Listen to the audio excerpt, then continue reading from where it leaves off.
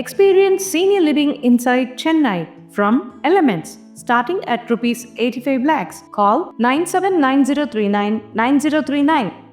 நம்முடைய புதுக்கோட்டை வடக்கு தெற்கு மாவட்ட கழகங்களுடைய சார்பில் முதற்கண் வாட்ஸ்அப் அழைப்பின் மூலமாக இங்கே பெரும் திரளாக வருகை தந்திருக்கக்கூடிய இரண்டு நம்முடைய மாவட்ட கழகங்களை சார்ந்த அனைத்து இந்திய அண்ணா திராவிட முன்னேற்ற கழகத்துடைய மரியாதைக்குரிய நம்முடைய பொறுப்பு என்று சொல்லக்கூடிய அளவிற்கு மிக பிரம்மாண்டமாக ஒரு மாபெரும் கண்டன ஆர்ப்பாட்டத்தை நம்முடைய மகளிரணி வீராங்கனைகள் மிக சிறப்பாக இப்பொழுது 4 மணிக்கு நீங்கள் நடத்தி முடித்திருக்கிறீர்கள். எங்களுடைய பாராட்டுக்களை வாழ்த்துக்களை உங்களுக்கு அன்போடு தெரிவித்துக் கொள்கின்றோம். உங்களுடைய சிறப்பான பேச்சுக்கள், உங்களுடைய சிறப்பான கோஷங்கள் நிச்சயமாக திராவிட முன்னேற்ற கழகத்துடைய செவிகளிலே அம்புகளாக ஈட்டிகளாக பாயும் என்பதில் மாற்று கருத்தில்லை. அதே நேரத்தில் இன்றைக்கு மாவட்ட மாணவர்களுடைய சார்பில் மாநில மாணவரணி செயலாளர் அன்பு தம்பி ராமச்சந்திரன் அவர்கள் நம்முடைய கழகத்தினுடைய பொதுச் செயலாளர் புரட்சித் தலைவர் எம்ஜிஆருடைய வழியிலே, புரட்சித் தலைவி அம்மா வழியிலே 26 தமிழகத்துடைய தலை சிறந்த முதலமைச்சராக மீண்டும் வர இருக்கக்கூடிய மரியாதைக்குரிய அண்ணன் எடப்பாடியார் அவர்களுடைய ஆணைக்கிணங்க இந்த கண்டன கூட்டம் நடைபெற்றுக் கொண்டிருக்கிறது. நம்முடைய பேராவூரணி திலீபன் அவர்கள் மிக சிறப்பாக பேசினார்கள்.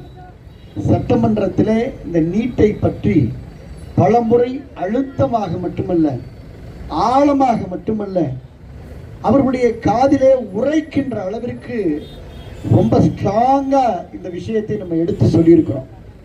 ஒரே ஒரு விஷயம் என்னவென்று சொன்னால் இன்றைக்கு இருக்கக்கூடிய இந்த திராவிட முன்னேற்ற கழகத்துடைய அரசு ஒரு விளம்பர மாடல் அரசாக இருக்கிறது என்ற கருத்திலே யாருக்கும் மாற்று கருத்து இருக்க முடியாது. தேர்தல் வாக்குறுதிகள் என்ன, தேர்தல் வாக்குறுதிகளிலே நிறைவேற்றப்பட்டது என்ன, சொன்னது என்ன, செஞ்சது என்ன, இதான் எங்க கேள்வி. அப்ப 5 வருடத்தினுடைய இறுதியில இந்த ஆட்சி பயணம் செய்து கொண்டிருக்கிறது. 5 வருடத்துடைய இறுதியிலே முதல் தேர்தல் அறிக்கை நிறைவேற்றப்பட்டிருக்கிறதா என்றால் இல்லை என்ற குரல் ஓங்கி ஒலிக்கிறது. ஏன் இல்லை, எந்த காரணத்தினாலே இல்லை, எதற்காக இல்லை என்று சொன்னால் ஒரே ஒரு விஷயம்தான். ரொம்ப அழகா சொன்னார். இந்த national entrance eligibility test NEET அப்படின்ற ஒரு விஷ விதை என்று சொன்னால் அந்த விஷ விதையை 2010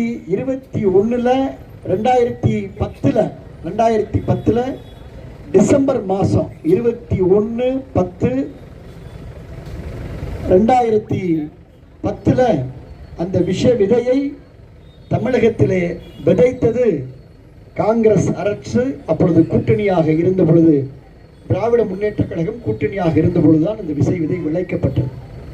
அந்த விதைக்கப்பட்ட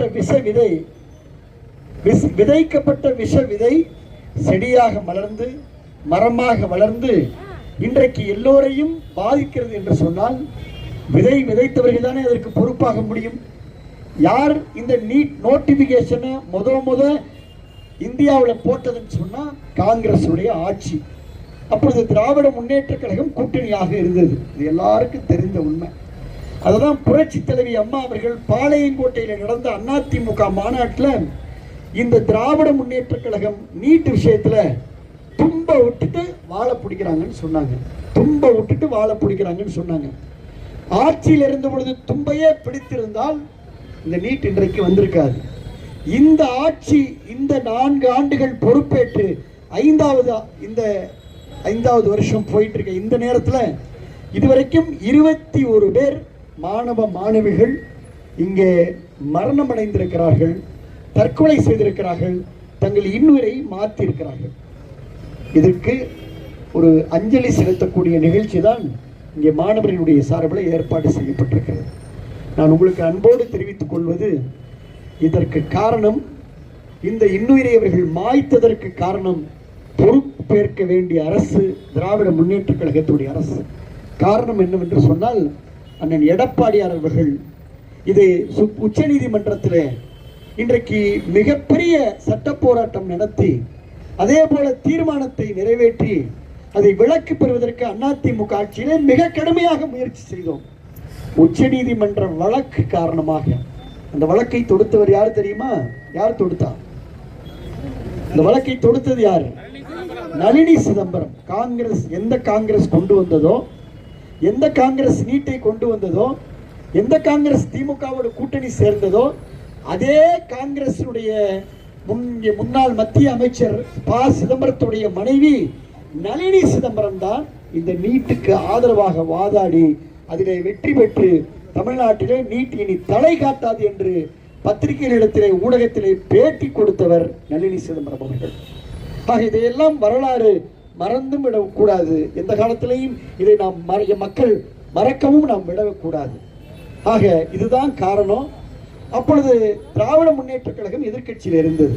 சட்டமன்றத்தில் நான் அண்ணன் எடப்பாடியார் நாங்கள் எல்லாம் அங்கே சட்டமன்றத்தில் இருந்த பொழுது மரியாதைக்குரிய வைரமுத்து போன்றவர்களும் அன்னைக்கு சட்டமன்ற உறுப்பினர்கள் இருந்தாங்க. என்ன விஷயம் அப்படின்னா, ஒரே ஒரு கேள்விதான் நாங்கள் கேட்டோம். நாங்கள் ஆட்சிக்கு வந்தால் நீட்டை எப்படி ஒழிக்க வேண்டும் என்ற ரகசியம் எங்களுக்கு தெரியும் என்று அப்பொழுதே நாங்கள் அதிமுக ஆட்சியில் இருந்த பொழுதே திமுகவினர் சொன்னார்கள். நாங்கள் சட்டமன்றத்தில் எதிர்த்து சொன்னோம், நாங்கள் கடுமையாக முயற்சி பண்ணுறோம். ஒன்று, முயற்சி என்பது சட்ட போராட்டம், உச்ச நீதிமன்றத்துடைய கதவை தட்டுவது, அதை நாங்கள் தட்டுறோம். இன்னொன்று, தீர்மானம் இங்கே சட்டமன்றத்தில் நிறைவேற்றுவது, பாரத பிரதமரை நேரடியாக பார்க்கறது. நானும் எடப்பாடியார், சீஃப் செக்ரட்டரி கிரிஜா வைத்தியநாதன் 3 பேர் தான் போய் பாரத பிரதமரையும் எடப்பாடியாரும் நானும் அங்கே கிரிஜா வைத்தியநாதன் போய் அவங்களே பாரத பிரதமரை பார்த்தோம். பிரதமர் ஓகேன்னு சொல்லிட்டாரு. 5 அமைச்சர்கள் அன்றைக்கு கையெழுத்து போட்டாங்க. நீட்டை தமிழகத்திலிருந்து விலக்களிப்பதற்கு அன்றைக்கு 5 அமைச்சர்கள் கையெழுத்து போட்டார். 6வது அமைச்சர் நட்டா போடணும். அன்னைக்கு அவர் தான் சுகாதாரத்துறை அமைச்சர், இன்னைக்கு அவர் தான் சுகாதாரத்துறை அமைச்சர். போடுறப்பதான் உச்ச நீதிமன்றத்தில் கேஸ் ஸ்டே வந்தது. இல்லாட்டினா அன்றைக்கே அம்மாவை போல எடப்பாடியாரும் விலக்கு பெற்றிருப்பார். 11 முறை நாங்கள் நாடாளுமன்றத்தில் உச்ச நீதிமன்றத்துக்கு போனோம். இதுதான் வரலாறு. ஆனால் நாங்கள் கேட்டோம், நீங்கள் வந்தோடனே ஆட்சிக்கு வந்தோடனே நீட்டை ரத்து பண்ணிடுவேன்னு சொல்கிறீங்களே, ரகசியம் இருக்குன்னு சொல்கிறீங்களே, தயவு செய்து அந்த ரகசியத்தை இப்போவே நீங்கள் சொன்னீங்கன்னா, நீங்கள் சொன்ன ரகசியமாகவே இருக்கட்டும், நாங்கள் ஃபாலோ பண்ணி ரத்து பண்ணுறோன்னு சொன்னோம்.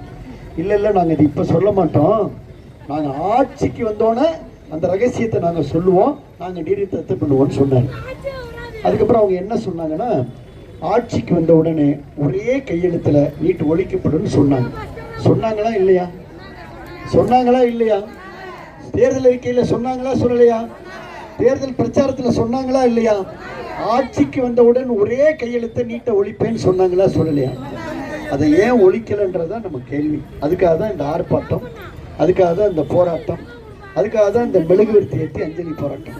அதற்காக தான் ஒரு வரலாற்று சிறப்பு மிக்க திட்டத்தை, ஒரே ஒரு விஷயம், எல்லாரும் நினைக்கலாம், எடப்பாடியார் அவர்கள் ஒரு சாதாரண விவசாய குடும்பத்திலிருந்து பிறந்து வந்தவர்.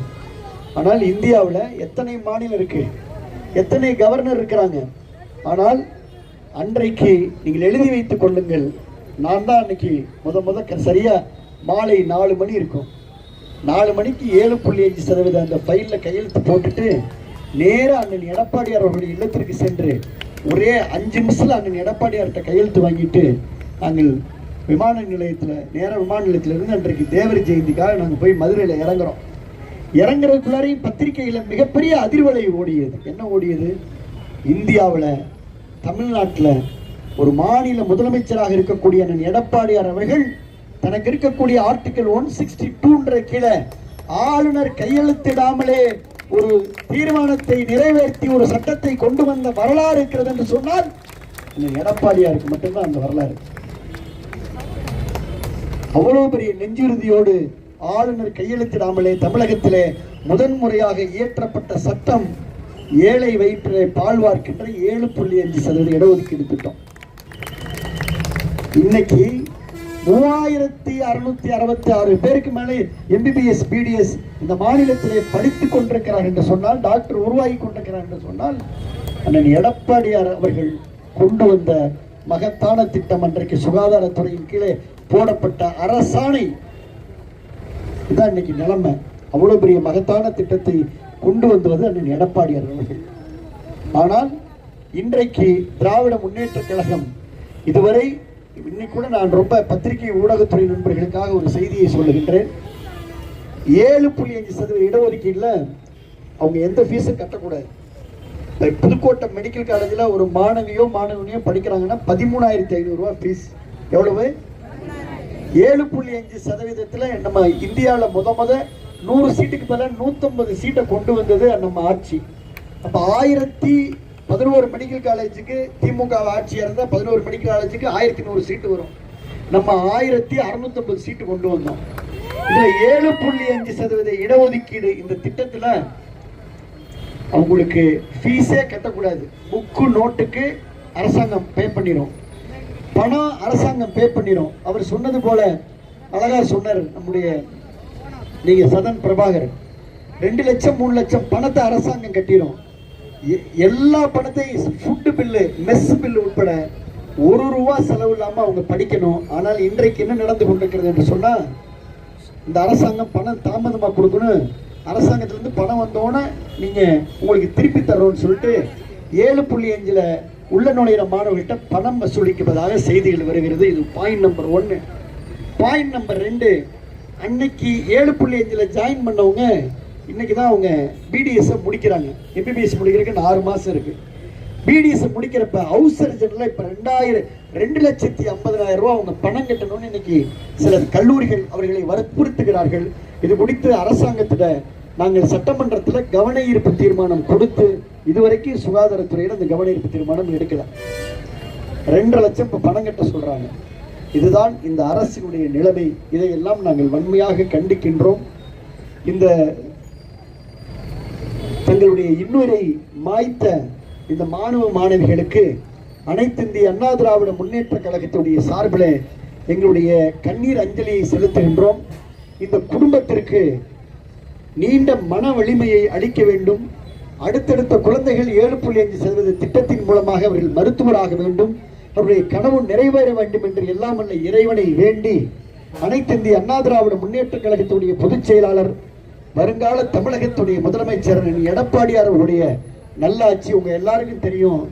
இன்னைக்கு 2026 நீங்க எடப்பாடியார் அமைத்த மகா கூட்டணி, அது மெகா கூட்டணி, வரலாறு காணாத வெற்றியை பெற போகிற கூட்டணி.